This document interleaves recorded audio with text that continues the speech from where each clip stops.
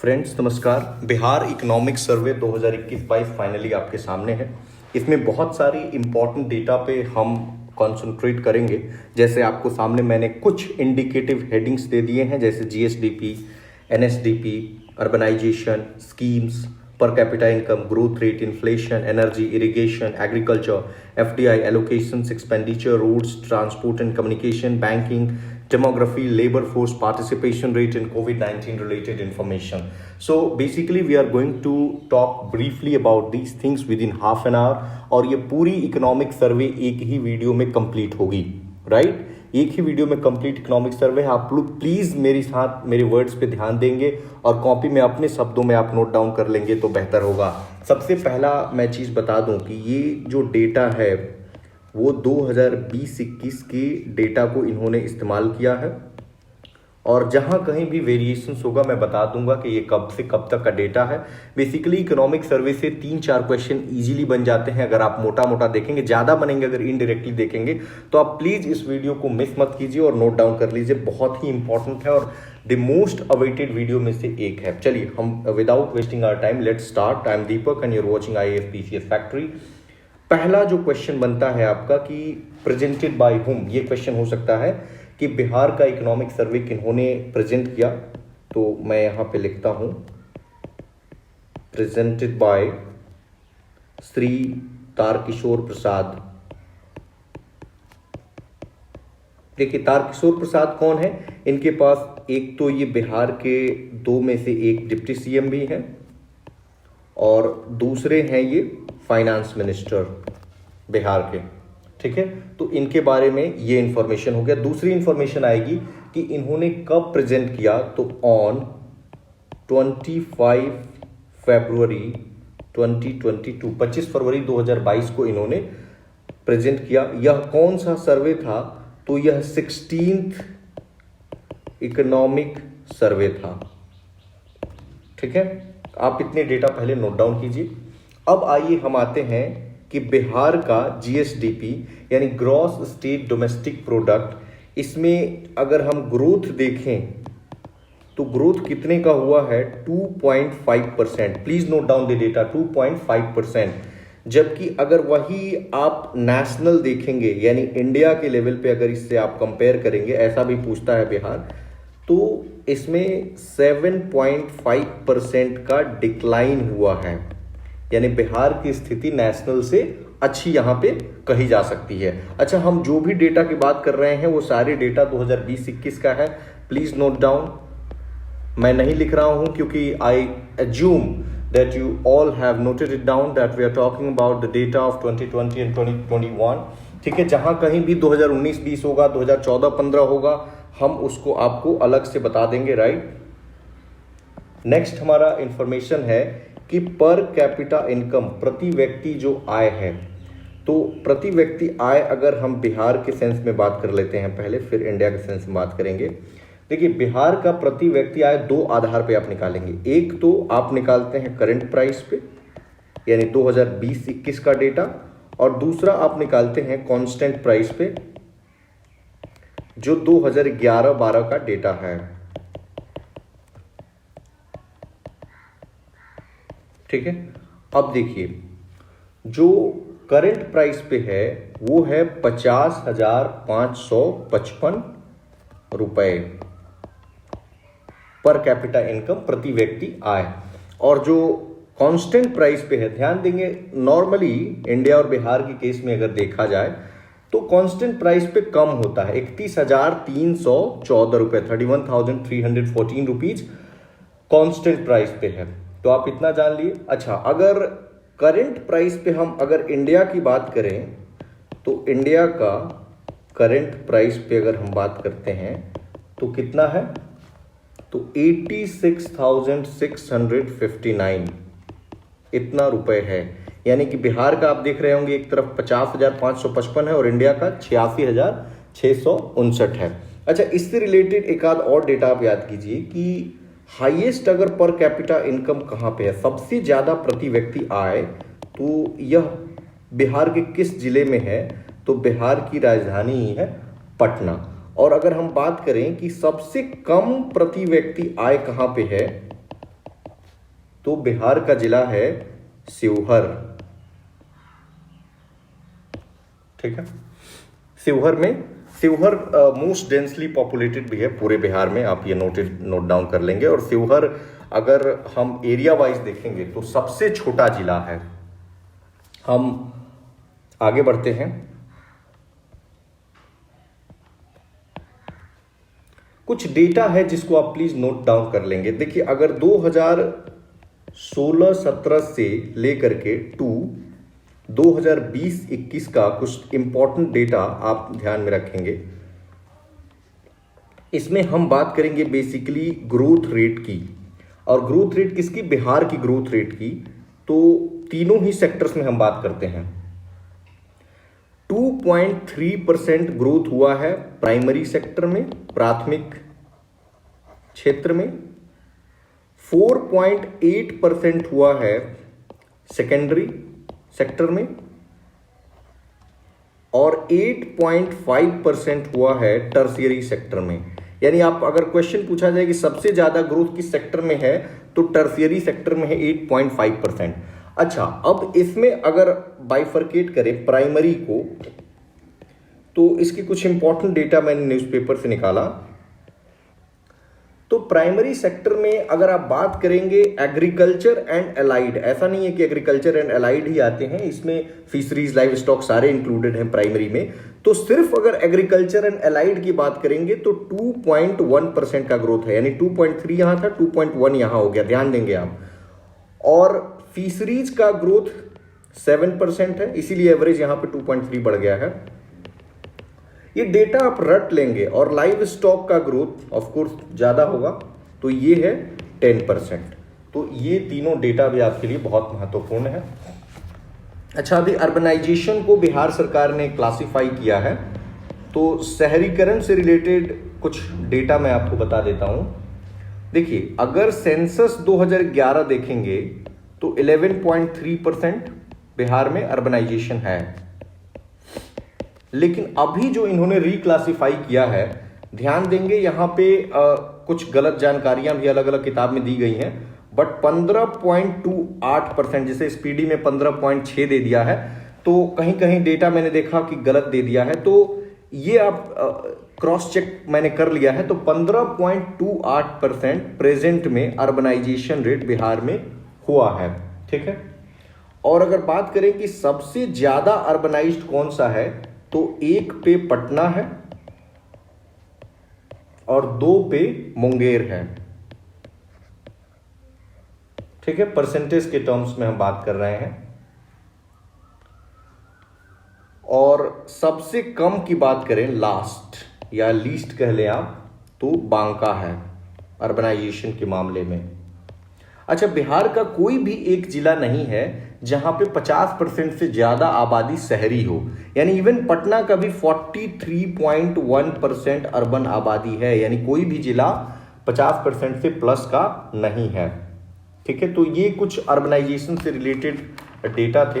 अच्छा, अर्बनाइजेशन से रिलेटेड हम कुछ नगर निकाय और नगर निगम की बात करेंगे आगे, चूंकि उसको कैसे रिक्लासिफाई किया गया। कुछ इंपॉर्टेंट पहले फैक्ट्स को जान लेते हैं। देखिए, अगर आप 2011-12 से 2020-21 तक की डेटा पे नजर डालें, तो बिहार एंड इंडिया, इन दोनों का ग्रोथ रेट आप देखेंगे ना, तो इतना अगर पूरे 9-10 साल का ये, तो ऑलमोस्ट सेम है। कई बार ये पूछ देता है क्या भारत का बहुत ज्यादा का अंतर है, बहुत कम का अंतर है, तो ऑलमोस्ट सेम है। नेक्स्ट हमारा इंपॉर्टेंट डेटा है कि टोटल एक्सपेंडिचर अगर हम बिहार की देखें, 2020-21 की हम बात कर रहे हैं, तो टोटल एक्सपेंडिचर इंक्रीज्ड बाय 13.4%। हम कहां से कंपेयर कर रहे हैं? कंपेयर टू प्रीवियस ईयर 2019-20 से अगर हम कंपेयर करें तो। ठीक है, और कितना टोटल एक्सपेंडिचर हो गया है? तो 165,696 करोड़, इतना एक्सपेंडिचर था बिहार सरकार का। अब इसको अगर हम बांटे कैपेक्स, कैपिटल एक्सपेंडिचर और रेवेन्यू एक्सपेंडिचर, शॉर्ट में मैंने लिख दिया। तो देखिए जो कैपिटल एक्सपेंडिचर है वो बहुत ही कम है, 26,203 करोड़, और जो रेवेन्यू एक्सपेंडिचर है वो है 1,39,493 करोड़। ये हो गया। नेक्स्ट डेटा की तरफ मूव कीजिए। ग्रॉस क्रॉप्ड एरिया अगर बिहार का आप देखेंगे तो 779.97 लाख हेक्टेयर है ग्रॉस क्रॉप्ड एरिया, और क्रॉपिंग इंटेंसिटी 144% है, और यह डेटा जो अवेलेबल है वो 2019-20 का है, ध्यान देंगे। तो यही पूछेगा 2019-20 के अनुसार क्रॉपिंग इंटेंसिटी, तो 144%, 144% और इतना लाख हेक्टेयर है। नेक्स्ट इंफॉर्मेशन है हमारा कि पर कैपिटा एनर्जी कंजम्पशन, इस पे बीपीएससी में ऑलरेडी क्वेश्चन आ भी चुका है। पर कैपिटा एनर्जी कंजम्पशन देखिए 2014-15 में अगर हम देखें तो 203 यूनिट, यानी यूनिट कहिए या किलोवाट आवर कहिए, और 2020-21 में देखें तो 350 किलोवाट आवर या यूनिट। ये है 2020-21 और ये है 2014-15। यानी कि अगर आप देखेंगे इसमें कितना का मतलब ग्रोथ हुआ तो 72.4%। Come to the next information. Inflation की हम बात कर लेते हैं, मुद्रास्फीति। देखिए मुद्रास्फीति में रूरल एरियाज, ग्रामीण क्षेत्रों में देखेंगे तो 2.8%, अर्बन शहरी क्षेत्रों में 4.9%, और ओवरऑल अगर आप देखेंगे तो 3.1%। ऑफ कोर्स इन दोनों के बीच ही आएगा, ठीक है। फिर हम 2020-21 का ही देखते हैं अगर डेटा, तो जीएसडीपी का अगर कंपोजिशन या कह लें हिस्सेदारी देखते हैं, तीनों ही सेक्टर्स की हम बात करें, प्राइमरी, सेकेंडरी, टर्शियरी, तो प्राइमरी में 19.2%, थोड़ा सा और डेटा होगा जो इंपॉर्टेंट है, सेकेंडरी में 19.5% और टर्शियरी में 61.2%। टर्शियरी का सबसे ज्यादा है, फिर उल्टा क्रम में आप कर देंगे, टर्शियरी फिर सेकेंडरी फिर प्राइमरी, ठीक है। 2020-21 का ही अगेन डेटा हम यूज करते हैं। दो और इंपॉर्टेंट डेटा है, जीएसडीपी और एनएसडीपी। जीएसडीपी कितना है, इतना करोड़, और 419,880 करोड़। ये क्या है, करंट प्राइस पे, और ये क्या है, कांस्टेंट प्राइस पे। कांस्टेंट वाला देखिएगा हमेशा कम होता है नॉर्मली, इंडिया के केस में हम देखते हैं। अच्छा, एनएसडीपी जो है, नेट स्टेट डोमेस्टिक प्रोडक्ट, आखिरी ही डेटा है जो आपको रटने वाला है, थोड़ा सा कम हो जाएगा। अगेन ये करंट प्राइस पे है,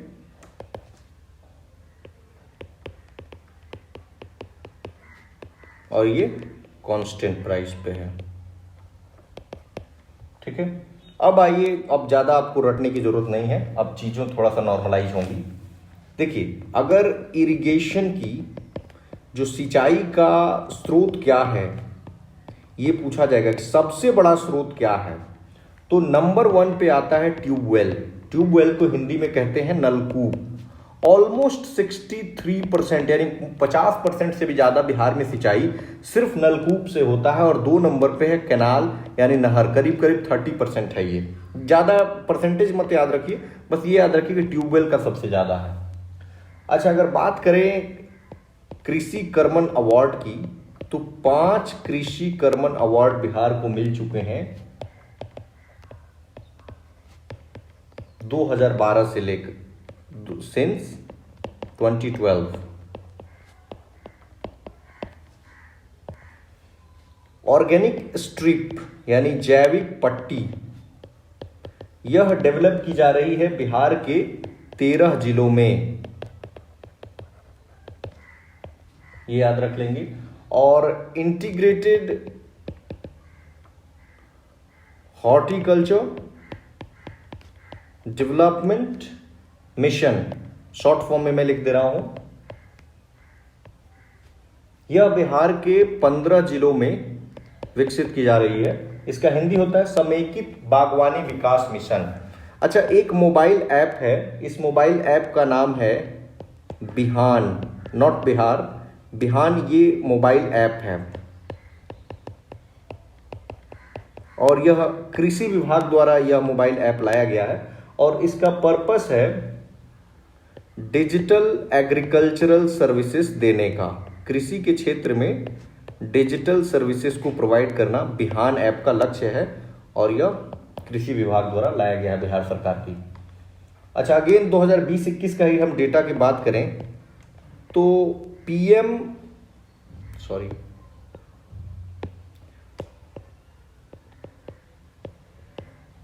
मत्स्य संपदा योजना, इकोनॉमिक सर्वे ने इसको कवर किया है। तो इसमें जो स्वीकृत राशि है वो 40.76 करोड़ की है। नेक्स्ट हमारा इंफॉर्मेशन है कि टॉप 3 जो इंडस्ट्रीज हैं बिहार की अट्रैक्टिंग इन्वेस्टमेंट,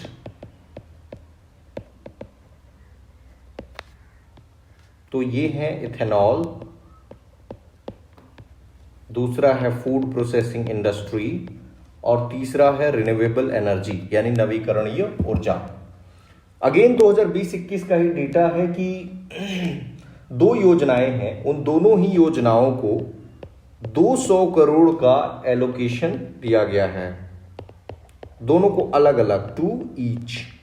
इन 2 योजनाओं का नाम क्या है? एक है सीएम महिला उद्यमी योजना, सीएम वुमेन एंटरप्रेन्योरशिप योजना है ये, और दूसरा है सीएम युवा यूथ एंटरप्रेन्योरशिप स्कीम। इनको 200 करोड़ का है, तो ये पूछा जा सकता है कितने करोड़ का एलोकेशन हुआ है उनका। अच्छा, लेबर फोर्स पार्टिसिपेशन रेट की हम बात करें, लेबर फोर्स पार्टिसिपेशन रेट, तो सबसे कम ना अगर बिहार में है, least labour force participation rate in Bihar. ये किसके? पुरुष में भी और महिला में भी। और अगर डिपेंडेंसी रेशियो की बात करें कि कितने लोग दूसरों पे आश्रित हैं, तो ये हाईएस्ट है बिहार में, हाईएस्ट इन बिहार। नेक्स्ट हमारा डेटा है कि अर्बन अनएम्प्लॉयमेंट जो बिहार का है वो रूरल अनएम्प्लॉयमेंट से ज्यादा है। बस ऐसा बस डेटा याद रखें, उतना डेटा याद रखने की जरूरत नहीं है। अच्छा, अगर हम बात करें 2011 से 2020 तक का, तो 14.4% ग्रोथ रेट देखा गया इन ट्रांसपोर्ट, कम्युनिकेशन एंड स्टोरेज में, और यह हाईएस्ट है पूरे भारत का बिहार में, हाईएस्ट इन बिहार। नेक्स्ट हमारा इंफॉर्मेशन है कि रोड लेंथ पर 1000 अगर स्क्वायर किलोमीटर की हम बात करें तो 1 पे केरला है, 2 पे वेस्ट बंगाल है और 3 पे बिहार है। ठीक है, आगे इंफॉर्मेशन है, अगर टोटल रोड लेंथ की बात करें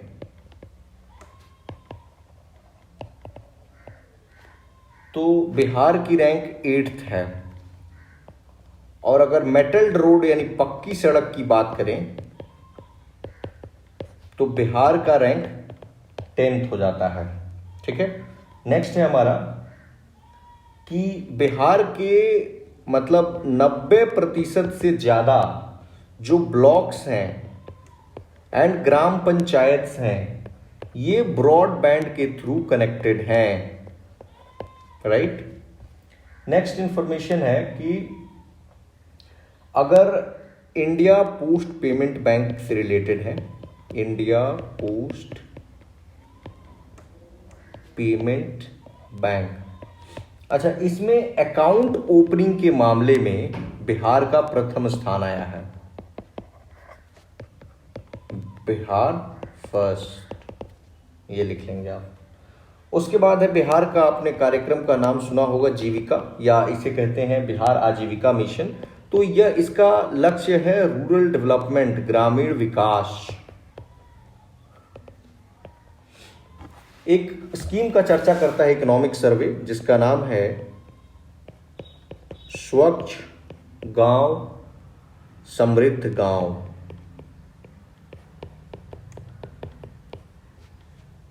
यह कार्यक्रम है। तो इसके लिए दो चीज इसके बारे में आप जानिए। पहला ये कि यह सोलर लाइट का स्कीम है टू एवरी विलेज, हर गांव में सोलर लाइट का कार्यक्रम शुरू करना, और ये लगना अब शुरू होने वाला है पंचायतों के माध्यम से, और इसके लिए 2000 करोड़ का एलोकेशन किया गया है। अच्छा, नगर निकायों का जिन हम बात कर रहे थे ऊपर, तो अगर टोटल नगर निकाय की आप संख्या देखेंगे ना, तो टोटल नगर निकाय 142 से बढ़कर यानी इंक्रीज हो गई है, और कितना हो गया है 252। अब इसके अंतर्गत अगर देखेंगे नगर निगम, जिसके हेड म्युनिसिपल कमिश्नर होते हैं, तो नगर निगम 12 से बढ़कर 18 हो गए हैं। नेक्स्ट अगर हम देखें 2020-21 में टोटल 270 न्यू बैंक ब्रांचेज खोले गए प्रमुख बैंकों के। अच्छा, इसमें जो हाईएस्ट खोला गया वो एसबीआई का खोला गया, तो ये इंपॉर्टेंट है, स्टेट बैंक ऑफ इंडिया का, जो 115 था आउट ऑफ 270। अच्छा, सोशल सर्विस एक्सपेंडिचर के बारे में हम बात करते हैं कि सोशल सर्विस जो एक्सपेंडिचर है, शॉर्ट में एक्सपेंडिचर में लिख दे रहा हूं, तो इसमें वृद्धि दर्ज की गई है। अभी यह हो गया है 44%, यानी कि 2020-21 का हम बात कर रहे हैं, और यह था 34.4% इन 2015-16, 5 वर्ष पहले। ठीक है। लाइफ एक्सपेक्टेंसी की बात करें तो यह है 69.1 ईयर्स, 2014 से 18 का डेटा है। इन्फेंट मोर्टालिटी रेट, शिशु मृत्यु दर, यह 29 है, और बिहार की स्थिति नेशनल एवरेज से अच्छी है, क्योंकि नेशनल में देखेंगे तो एक ज़्यादा है, 30 है, राइट। अच्छा, मोर देन 10 करोड़ लोगों को दिसंबर 2021 तक वैक्सीनेशन लगा दिया गया है। 0 से 18 तक के जो बच्चे हैं,